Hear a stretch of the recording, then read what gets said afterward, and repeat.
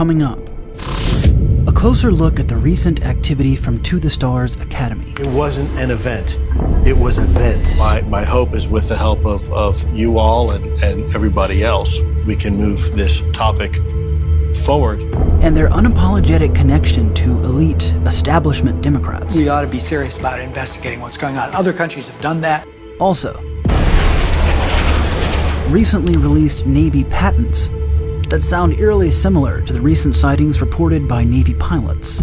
They'd been coming down from above 80,000, come down, hang out at 20,000 for about 3 hours, and then go straight back up. Finally, an exploration of the controversy surrounding the Sicily fires that occurred in 2004. It should, right?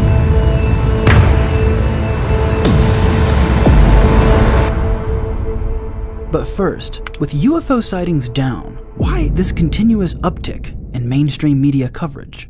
New reporting this morning on unidentified flying objects accelerating to hypersonic speed. But you said you've been briefed on unidentified flying objects.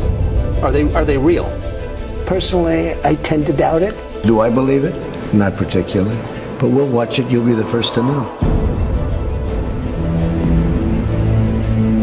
It's one of those rare moments where if everything the mainstream media was telling us was exactly as it seemed, it would still be pretty incredible. Either another country has leapfrogged the United States in technology or extraterrestrial. Those are the leading hypotheses, yes. Some United States senators have received an actual briefing on this UFO phenomenon. How concerned should we be about the briefing that you received on UFOs? Some of the press reports are accurate. I think people are taking this issue much more seriously, which I think in previous generations may not have been the case.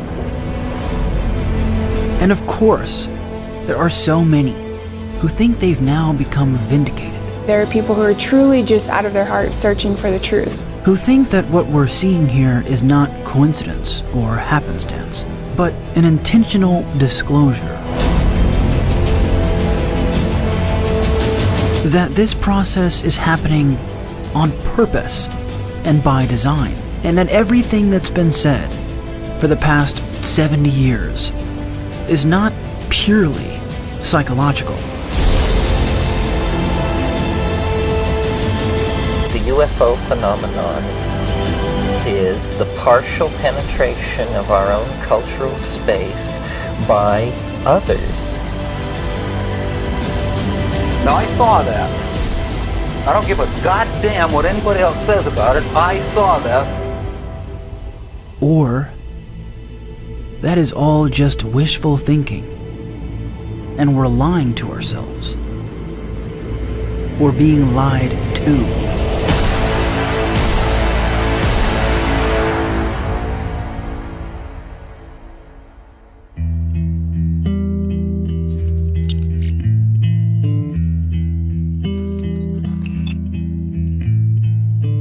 The membership of To the Stars Academy, the putative UFO disclosure team, has grown. Along with the initial group of government insiders and Tom DeLonge, they now include Dr. Colm Kelleher, a molecular biologist who wrote the rather eccentric book Hunt for the Skinwalker. Something forced 4 2,000-pound bulls to cram themselves into this trailer without opening this door. It's completely impossible. Although Dr. Kelleher is obviously very intelligent and credentialed, and he's always appeared sincere, I'm cautious of his involvement, as he's often eager to apply a, quote, paranormal explanation to UFOs. Separating UFOs from its stigma requires that it remain separated from the paranormal, because once that spooky door opens, fictitious notions of Bigfoot and the Loch Ness Monster follow. This is a problem. Science and, quote, paranormal activity are diametric and can't coexist in one's inquiry regarding UFOs, which by all accounts appears to be entirely physical. This doesn't mean that consciousness or psychology aren't playing a role, but that the means for testing these factors must come from the mechanistic framework of science, not from a metaphysic or an appeal to the paranormal, at least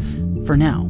Another addition is Dr. Paul Rapp, listed here as a brain function and consciousness consultant, and Dr. Norm Kahn, who's spent more than 30 years in the CIA working in counter-biological weapons programs. And the range of opinions about the intentions of this group are endless. Some think they are truly altruistic. Others think they're trying to deceive the public or even foreign governments about top-secret technology they might be privy to. But there's one thing that no one can doubt, and that's how powerful their influence has been in American media in the past 2 years. Make no mistake, the primary, if not the only reason we're seeing all this UFO stuff in the news is because of TTSA. More specifically, because of Chris Mellon, Louis Elizondo, and Jim Simivan, 2 of whom were spies for the CIA, and all of whom still consult with intelligence agencies and are still under NDAs. So because of their high status and high connections, they're able to get outlets like the New York Times or the Washington Post to print seemingly sincere stories about UFOs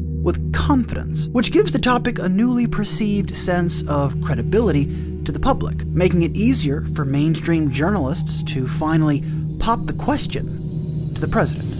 Do you think you'd know if there were evidence of extraterrestrials? Well, I think our great pilots would know. And some of them really see things that are a little bit different than in the past. So we're going to see. This is all because of these 3 men who have single-handedly influenced, for better or worse, a nation's perspective on UFOs or UAPs. And influencing nations is what these men do best, because they've been influencing the affairs of foreign nations for decades. I'm the former Deputy Assistant Secretary of Defense in the Clinton and Bush administrations and the former Minority Staff Director of the Senate Intelligence Committee. So that was part of my function on the Secretary of Defense's staff to review sensitive reconnaissance activities, programs that, if exposed, could cause embarrassment to the United States. Embarrassment to the United States. Embarrassment to the United States. Some of the most sensitive activities involve covert action programs where we're seeking to covertly influence events abroad, influence events abroad, influence events abroad, influence events abroad, influence events abroad.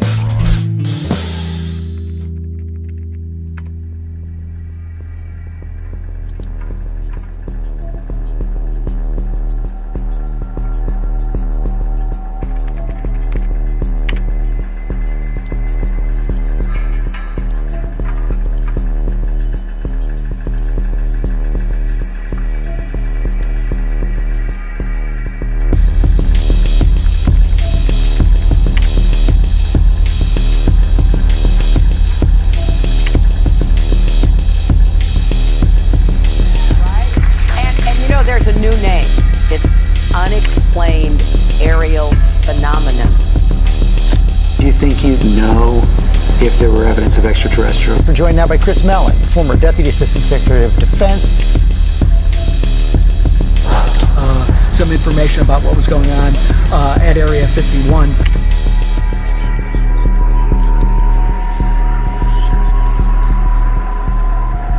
Senate Intelligence Committee conducts oversight of all U.S. foreign intelligence agencies and programs.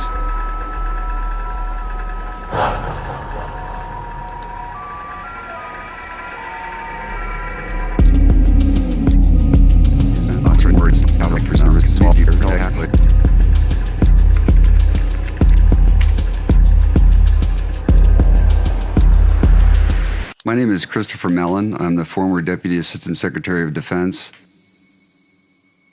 Chris Mellon is part of one of the richest, most influential banking families in the U.S. He's connected to nearly every avenue of power in America. This makes it difficult to trust him and by proxy to the Stars Academy. However, some within TTSA do relieve some of those misgivings. Hal Puthoff. So-called empty space isn't really empty at all. It's actually full of energy. Although he too spends time researching the paranormal, his raw science is fascinating.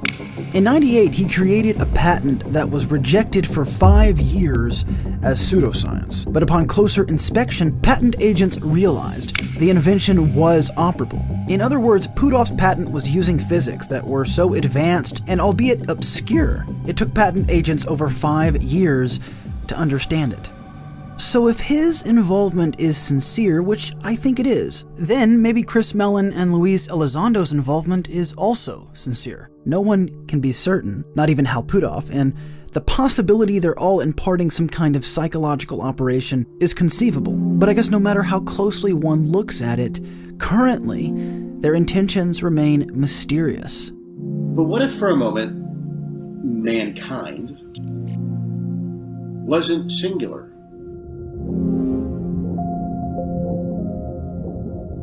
We'll say that I think there are probably multiple phenomena going on. We see enough distinct different kinds of vehicles and different patterns of behavior. What if the things that make us human most, like emotions, love, are not necessarily unique traits to humans within the universe? Are we, as a society, even prepared to have that conversation?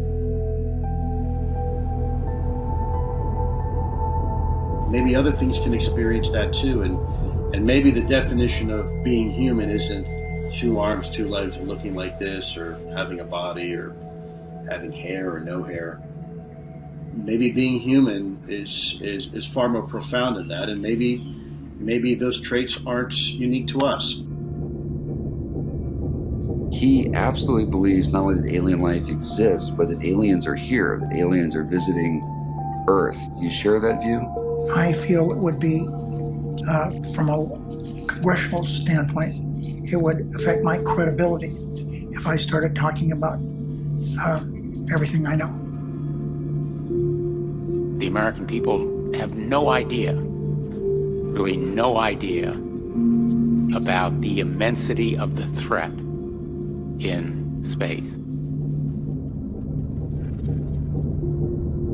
And I've made this comment in a classified setting, that I wish the American people could be present in this room, because our adversaries know what they are doing. We know what they are doing. They know, we know what they are doing. But the American people have no idea.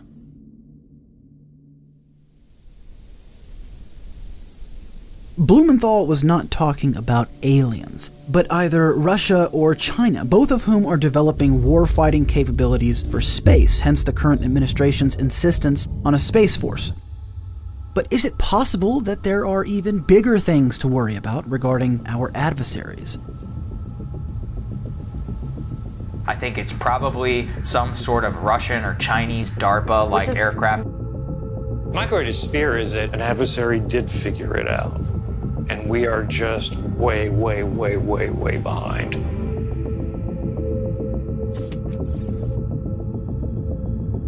У новой системы ограничения по дальности практически нет. Как видно, in a patent recently granted to the U.S. Navy, one engineer proposed building a craft using an inertial mass reduction device. When I say it was following us, I don't mean individual aircraft. I mean, wherever we were, they were there. Claiming the craft would use a kind of quantum bubble and allow the ship to travel in water, air, and space. They were literally breaking the laws of physics in my eyes.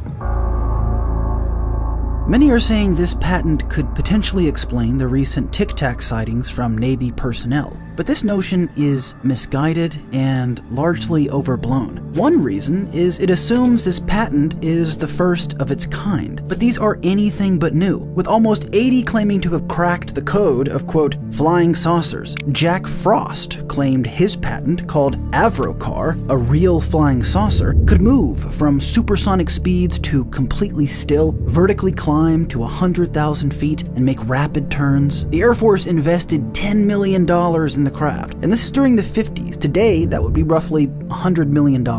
It was top priority, it was top secret, but was recently declassified, letting us see for the very first time the beautiful, majestic power of Jack Frost's real flying saucer.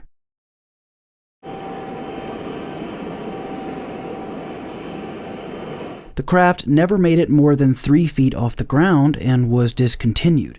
So as it pertains to all the flying saucer, triangular spaceship, and wormhole patents, we don't appear to have gotten very far, which is unsurprising. Just because there's a patent doesn't mean that we have it. The truth is, these are likely attempts to back-engineer a technology we don't really understand and have yet to fully replicate, unless you think we have replicated it, but it's tucked away in a black project somewhere. But if that's the case, the patent would be top secret. If the US did have this craft that could go near the speed of light, as this new patent claims, which is nearly 60 million miles per hour, which can go around the Earth 7.5 times in a second, you expect me to believe that the government would have this paradigm-changing technology, a technology that would essentially make them a god, available on Google? I doubt that. So I simply don't buy the idea that this one patent represents where the Navy currently is technologically. I don't think so. What's far more feasible is that we don't know what these things are, and we don't know how to build them. Yet many disagree with me here and cling to what they think is the more conventional explanation to UFOs, which is that they're just likely top-secret man-made technology. But if you think this, and also think that most of these pilots are likely seeing what they say they're seeing, even if it's just sometimes, that means that you think that somehow humans have created aerial vehicles that appear to trained observers to, quote, defy physics. Not the world's greatest drawer, but as you can see here, it almost looks like a gyroscope, right? The way it moves, the points coming out of the top and the bottom of what appears to be a disc, or at least a central mass on the object. Well, when exactly did we figure out how to do that? The jets were like trying to trail this thing, and it would just run off and leave them. It would just gone. And these objects were consistently reported to take off into outer space. And then went up at that acute 90-degree angle, and then it shot off and went straight into space, or in the air, or wherever it came from. And all the while, this man-made, physics-shattering, solar system-traveling spacecraft, watercraft, aircraft, craft has remained completely secret. Well, with the exception of these videos, but, you know, the builders and funders and engineers and physicists and mathematicians and generals and aerospace engineers and all of the others who would have had to participate in the creation of this craft have still managed to keep this secret. A lot of people want to believe that this is a foreign adversary of terrestrial origin that we are probably already aware of. I find that highly unlikely. I'm not saying black projects don't exist. Back engineering, exotic metamaterials are all presumably stuck deep inside of compartmented programs. We also know that foreign adversaries are currently exceeding the US in hypersonic maneuverable missiles, clocked up to 6,000 miles per hour. Мы назвали его Сармат. But look at that massive plume of smoke. This is the most advanced stuff we seem to have, and we know exactly what we're looking at here because these missiles follow all the laws of physics, as they should. These speeds will eventually have commercial applications. Hypersonic technology is a really important investment area for the future. In the next decade or two, you're going to see that become a reality. But no one here is even close to talking about an object that far exceeds supersonic. Oh, well above supersonic. It like a bullet out of a gun, it took off. And no one is talking about an object that has no exhaust plume, or that can suddenly stop, or hover motionless in the clouds for days, then bolt down to the sea. This object drops out from the sky. If you see a shooting star, it'll break up, but this thing just kept coming down and it stopped. At that moment, the object goes from right to left in a split second. It went so fast that we actually had to turn our bodies to it. I also point this out because those who think these objects can be explained by man-made top-secret conspiracies actually think they're using Occam's razor. I think it's probably some sort of Russian or Chinese DARPA-like aircraft. Maybe even our own DARPA. Maybe even our own DARPA that the Pentagon doesn't even know about. Admittedly, Occam's razor is a somewhat overrated subjective mental model that can be wrongly used as a replacement for logic and insight, but nonetheless, it's valuable. So judge for yourself. What's more likely, the man-made conspiracy theory that requires a labyrinth of assumptions, or that we just don't know what these things are? Patents get pushed through often that might work in theory, but in practice are currently improbable. It's likely this is the stage this patent is in, but don't get me wrong, I'm not criticizing ambition. We should definitely be investing in this area, given that China and Russia already are. I guarantee you that he's got a lot of information on this. I'm saying that it's far more probable that the Tic Tacs are not attributable to man, in the same way that flying saucers are not attributable to man, both of which are reported to maneuver in similar ways, and both of which seem to be linked in some way. This, however, has gone unreported in the media. And I see something in the water. If you've ever been out to sea with like an underwater seamount, as the waves come and there's something right under the surface, they'll break. A rare theory is that the craft David Fravor saw just under the surface of the water was a flying saucer. For a point of reference, here's Naval Operations Specialist Trevor, who was on board the Nimitz during the Tic Tac incidents in 2004. The object that I saw was a flying saucer shape, not a Tic Tac. This object had shot from the ocean up. That object made a couple different quick maneuvers, but everybody says Tic Tac, I don't remember that at all. Straight dome, but like a flat bottom. It looked just like a flying saucer, just like we all know, we've all seen reports of, just a dome with a flat bottom, just like that. And I've tried verifying this with other people, and they just do not want to talk about it. I'll never forget that day, the rest of my life. It blew my mind.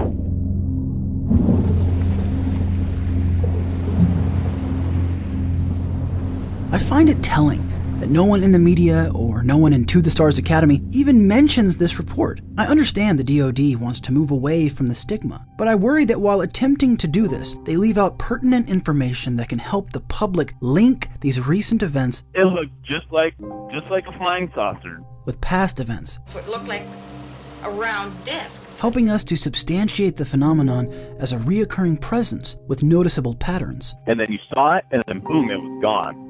And over to the entrance of Pearl Harbor, there was 9 silver discs. A dome with a flat bottom. It was shaped like 2 saucers put together with a golf ball on top. Tell me who did that. Tell me in 1964, who had that technology? But if you think that flying saucers, or UFOs generally, are purely a cultural invention, why then have governments around the world been continually trying to create them? Is all of this a coincidence or incompetence? I don't think so. I think it's simple.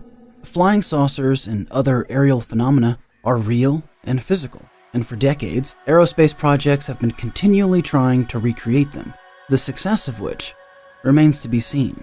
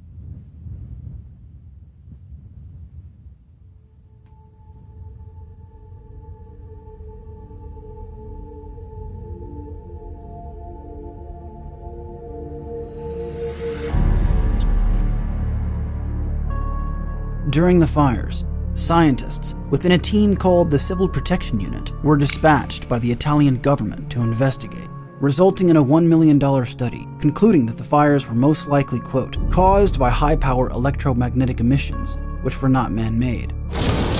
There is no video, however, that shows, quote, spontaneous combustion, only things which are already on fire.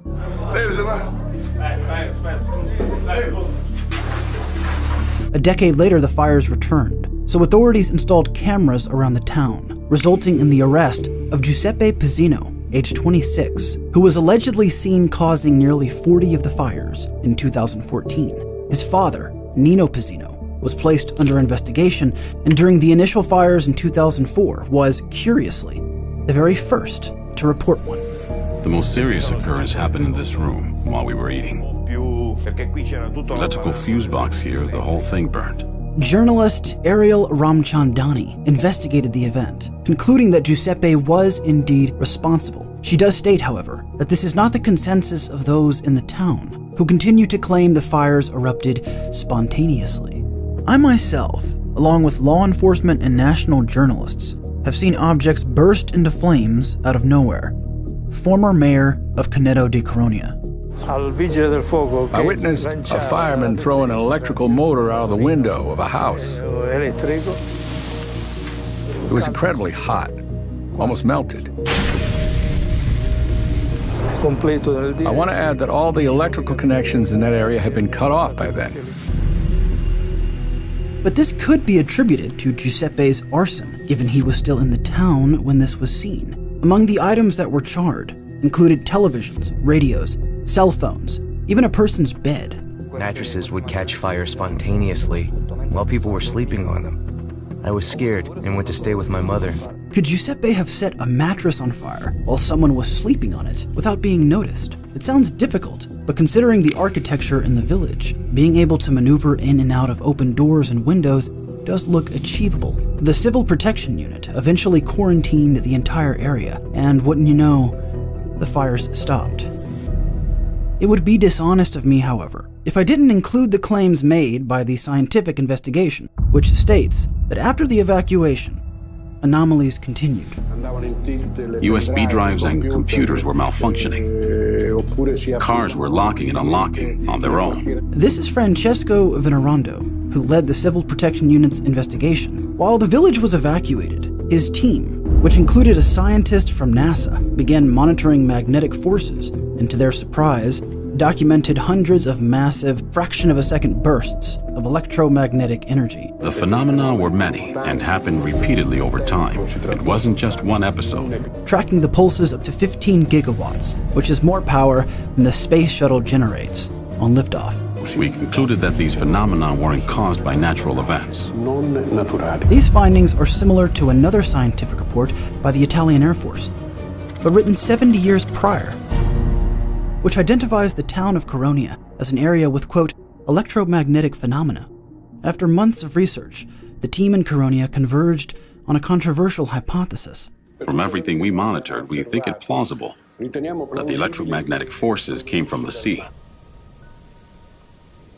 And these are only the leaked results. The entire official report was made secret by the Italian government. I think the most likely reason that the report was never made public was that it might have contained something that couldn't be divulged. Francesco was asked if he thought Giuseppe's arson explained everything. He gave 3 reasons why it didn't.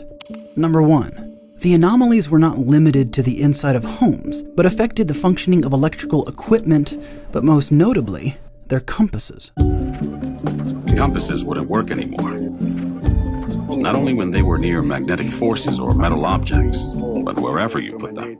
Number 2, the plant species Ampelodesmos, the roots of which internally combusted, while incredibly, at the same time, no other surrounding tree or shrubbery was disturbed. To think this is the work of man would have involved the deployment of means, men, time, and money beyond rationality. And number 3, the spate of UFO sightings reported in Caronia. August 2nd, 2004, Italian military personnel reported 2 disc-like objects hovering over the sea. Taking this image, an analysis of which I will leave up to you. But he also gave a 4th and relatively controversial reason, which, for better or worse, brings us all the way back to the Stars Academy. We had been hearing for a while rumors that there was a potential attack on an Italian aircraft. Elizondo met with a group of Italian investigators, some of whom retired military, that study UFOs. On 2004 in Sicily, a craft appeared a few hundred of meters behind the copter tail, and it shot a ray that destroyed helicopter wings. The History Channel claimed the helicopter belonged to the Italian military, but this is false. It belonged to Francesco's Civil Protection Unit. The reason, Francesco states, the helicopter was forced to land and no one was harmed, by the way, was attributed to electromagnetism. No biological residue was found on the damaged blades, and the electrical conductivity inside the copter was so badly damaged it had to be entirely replaced by the manufacturer. Antonio Spinato, a local who claimed to have witnessed the event. I noticed the helicopter was flying in a funny way, as if it was going to crash. So I grabbed my camera and took some photos. This is an insignificant photograph, but Antonio's testimony, valuable or not, does mirror claims made by locals and officials alike. At night, you can easily spot lights coming from the sky or the sea. Francesco states that arson cannot account for any one of these 4 factors, and his hypothesis of the location of the massive electromagnetic emissions are corroborated by the team, some of whom were part of the Civil Protection Unit's investigation. The source was in the open sea. Do we have an altitude? It's not visible. Because it was in the bottom of the sea.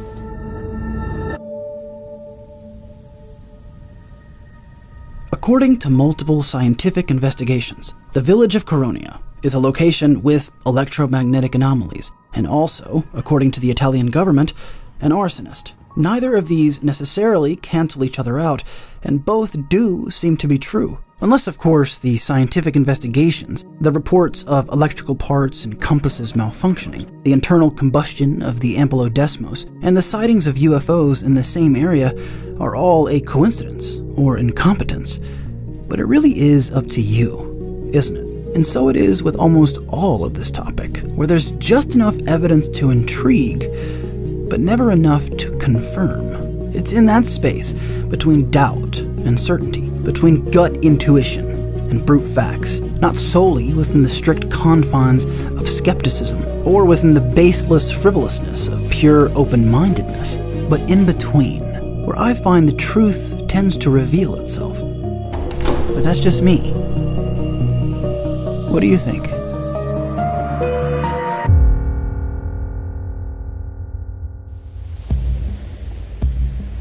This object had shot from the ocean up. They were reported to have gone into the water.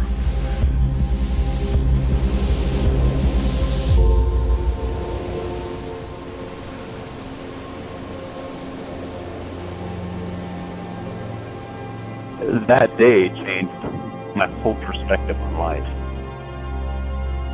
Gave me some relief. One possible view of the flying saucer is that it is a kind of projection from the consciousness of the planet, that it is in fact a kind of alchemical object haunting human historical time with a symbol of totality, the kind of totality that our religions and our mystical yearnings are so at pains to concretize for us. Saying that the flying saucer is a psychic object does not mean that it is not a physical object. But unless we, as egocentric beings, clarify our relationship to the unconscious, then I think the flying saucer is going to remain quintessentially mysterious.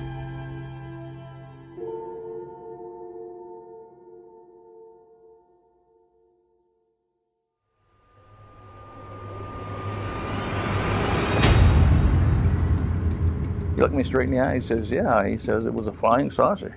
And it came up to 10,000 feet like that a fraction of a second. The magnetic compass, which is in the center of the panel, was swinging back and forth. Compasses wouldn't work anymore, wherever you put them. I said to Fred, I said, did you see that? He said, you should have seen it when the craft was close. He said it was spinning.